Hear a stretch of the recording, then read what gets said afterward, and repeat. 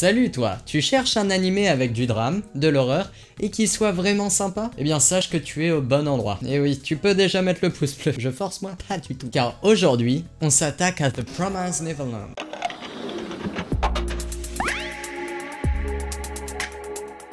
Avant de commencer la vidéo, sachez que j'ai maintenant un serveur Discord. Vous pouvez venir mettre vos petites idées, vos commentaires dessus. Enfin voilà, vous pouvez venir pour le faire vivre. Il me servira pour faire mes lives. Il y a d'autres amis qui ont eux aussi des chaînes qui sont dessus. Voilà, donc n'hésitez pas à aller checker le petit Discord, il est en description. Bref, vous vous demandez sûrement ce qu'est The Promised Neverland. C'est vrai, c'est quoi The Promised Neverland? Eh bien, c'est une série de 12 épisodes de 22 minutes dont la deuxième saison est en train de sortir. Mais nous n'en parlerons pas dans cette vidéo. Le studio d'animation s'appelle Cloverworks. C'est un très bon travail qu'ils ont fait sur cet animé, du début jusqu'à la fin de la première saison en tout cas. Mais par contre, avant de vous lancer sur cet animé, faites bien attention, car l'âge conseillé n'est pas de 18 ans, n'est pas de 16 ans, mais de 10 ans et plus. J'ai peur tout d'un coup. De quoi écarter toute la communauté de Swan et Neo. Et sinon, ça parle de quoi cet animé? Accrochez vos ceintures, parce que je vais vous narrer le début de l'histoire, je suis un poète, de The Promised Neverland,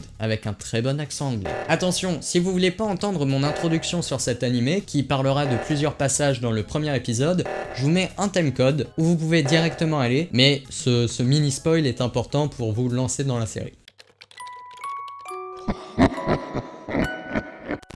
Emma, Norman et Ray sont des enfants de 11 ans. Ils vivent paisiblement, entourés d'autres enfants, dans un orphelinat nommé Grassfield House. Tout cela sous la gouvernance de leur maman, Isabella. Ce n'est bien sûr pas leur vraie mère, c'est juste une personne qui s'occupe de l'orphelinat. Grassfield House est entourée d'une forêt, elle-même entourée d'une barrière. Barrière qui, selon Isabella, on ne devrait pas s'approcher, car elle renfermerait des dangers. Tout se déroule sans aucun souci, jusqu'au jour où une enfant, devant se faire adopter, oublie son ours en peluche préféré, qu'elle l'amène toujours avec elle. Voulant la lui rendre, sous les conseils de Ray, Emma et Norman courent vers l'endroit où la petite fille était censée retrouver ses parents adoptifs pour lui rendre son ours. Mais, à cet endroit, étonnamment, ils ne trouvent qu'un camion, avec ni la petite fille à côté, ni Isabella, ni la famille adoptive. Emma, en cherchant cette petite fille, va aller à l'arrière du camion. Et c'est là qu'elle va découvrir avec stupéfaction le corps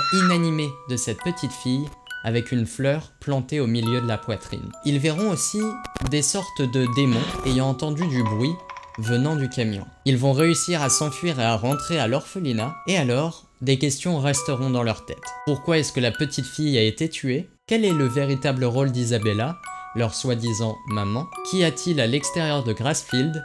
Qui sont ces démons?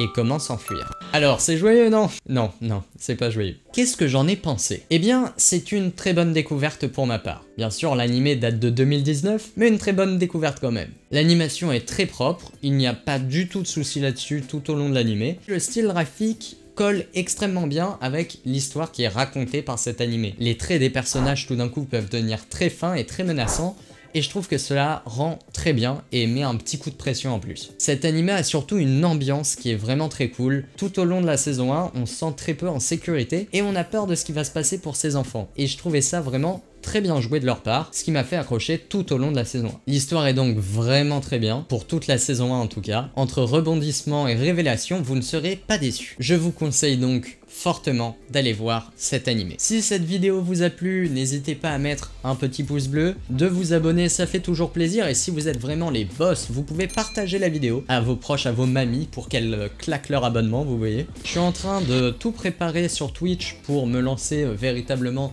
dans un périple de streamer où je vais faire des jeux vidéo et à des moments des petites reviews en live sur des animés, sur des mangas, et je vais essayer d'avoir suffisamment une bonne petite émission de review en live pour pouvoir faire des rediffusions sur YouTube, donc n'hésitez pas à aller tout checker dans la description. C'était Maxence de Aria et on se retrouve dans une prochaine review.